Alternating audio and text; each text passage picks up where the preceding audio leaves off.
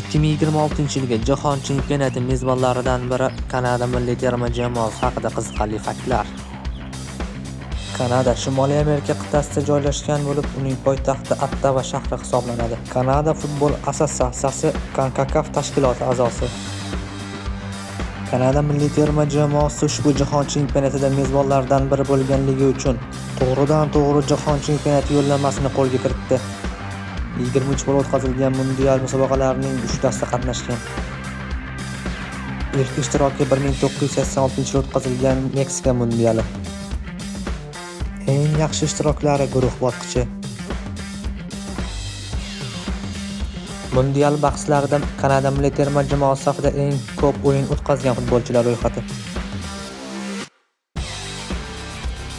Alfonso Davis jahon chempionatida Kanada milliy terma jamoasi safida yagona gol urgan futbolchi. Kanada milliy terma jamoasi jahon chempionatida B guruhdan o'rin oldi va uning raqiblari Bosniya-Gersegovina, Qatar va Shveysariya.